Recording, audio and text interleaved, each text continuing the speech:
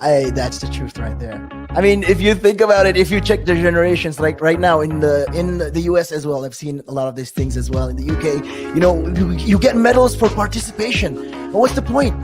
What are you trying to? Yeah, what's the point? Either you win or you lose. People are so afraid to put that whole notion of lose. When it comes to right now, the generation gap is just crazy. How much a lot has changed. Social media has taken control of our lives, and we don't even realize it anymore. We're crippled because of it.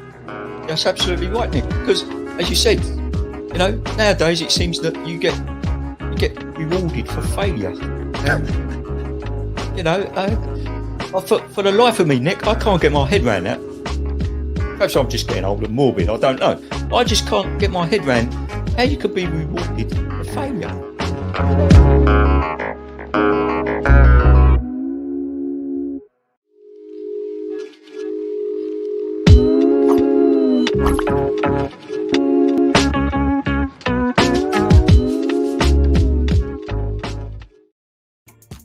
Welcome back to the show. It's a girl Sarah right here on Relax Radio. You're tuned into Sunrise, and I'm here to keep you company all the way until 9 a.m. So make sure you stay tuned. Make sure you share your thoughts, your opinions with me, because I want to know what you're thinking. I want to know what you feel about the recent changes that are being introduced here in the UK. Okay, that's why you're tuned into the Sunrise. That's why you're tuned into Relax Radio as well. We talk about everything and anything that happens in the UK, but also in the rest of the world as well. Okay, so if you're someone who wants to stay informed, if you're someone who wants to stay updated, and if you are someone who wants to be aware about everything that happens in the world, the best way for you to do that is actually to make sure you are tuned into Relax Radio. Okay, go follow us on our socials. You can like us on Facebook, you can follow us on Instagram, Twitter, and TikTok, and even subscribe to us on YouTube. Okay, and you can download our app, which is available on both the Apple App Store and the Google Play Store as well. That way you can actually make sure that you're informed, that you're aware about everything that happens all over the world. Now, right now, let's actually head into our conversation, which is basically about what exactly are the changes, or what exactly are the guidelines for travelers who are coming to the United Kingdom from the European Union and the United States. Okay, now something that is there for any traveler coming in from any country is that all UK arrivals must in fact provide a negative test taken within the past 72 hours, and even to complete a passenger locator form before arriving in the UK.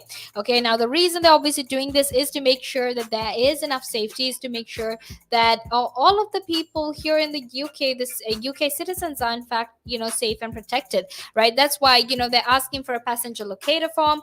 That's why they're trying to make sure that they can, in case one of these passengers actually get COVID, they can locate these passengers. So that's why that is in place. And the negative test is obviously there to make sure that they don't have COVID, to make sure that no new variants rather are introduced here in the UK. Now, right now, there is in fact something called a traffic light based travel system, where you have red, amber, and green. Right now, this is in place for England, Scotland, Wales, and Northern Ireland. And the reason this is actually there is actually to make sure that these countries are aware of which country is currently facing the worst form of the pandemic, all right, to put it that way. Now, for example, if you are coming from red countries that are classified as red, these countries do in fact have the worst pandemic. They have the worst impacts of the pandemic, whereas amber is somewhat of a middle ground. It's not too good, but it's not too bad either. And green is in fact, it's dealing with the pandemic the best. So this traffic light based travel system is in place for all of the other parts of England. Now, non-UK residents who are traveling from red list countries are in fact currently refused entry to the United Kingdom. Okay, if you're not a UK citizen, and if you're from a red list country, you cannot actually go to the UK. Okay, so that is what you need to keep in mind. If you are a British resident and you're arriving home from a red list destination, you must in fact undergo a 10-day hotel quarantine at your own expense, right? So that is what the guidelines are. But that's just a few of the guidelines, right? And let's actually very quickly talk about why these guidelines are in place, right? And I feel like again, this is my opinion, but I feel like most of these guidelines are in place to make sure that people who come to the UK are don't really spread the virus any much more than it already is, and to make sure that UK citizens are in fact protected, right? Because obviously in any country, you would want to put your citizens first. You want to make sure your citizens are safe and protected, and that is currently what the United Kingdom is doing as well. That's why they're going ahead with, easing travel restrictions and whatnot, but it's under very very strict conditions, right? Which was Rishi Sunak's problem as well, that the travel restrictions, even though they were being eased, they still had very tough, very stringent guidelines that people had to follow. All right, so that is what he had to say. But to get back into these guidelines that these travelers have to go through, or they have to stick to. Now, if before you actually arrive in the UK, these travelers must in fact purchase what the UK government calls a quarantine package, right? Now it basically covers up the stay in hotel quarantine and food and drink while you are there. And bookings actually for these quarantine packages must be made through this online portal, where you can book a room, and you can book you can basically book the time frame that you need to be quarantined for. Okay, now when this scheme actually first began, the UK government said that 16 hotels were in fact contacted with 4,600 rooms set aside for quarantining arrivals. Okay, now the charge for a single adult is about £1,750, and anyone dodging quarantine actually can risk being fined from 4,005 or rather from 5,000 from £5,000 to £10,000. So that is in place as well. If you are dodging quarantine, if you don't go by the regulations, you can be fined between 5,000 to £10,000. Now, UK's residents who have been fully vaccinated via the UK vaccine program, and who are in fact returning to England, Scotland, Wales, or even Northern Ireland from an amber country, they actually don't have to quarantine. Okay, however, having said that, this actually does not apply to anyone who is vaccinated abroad, although this can actually change. And the reason that can actually change is because, like Ground Sharp said, these things could change by the end of this week after they have been reviewed.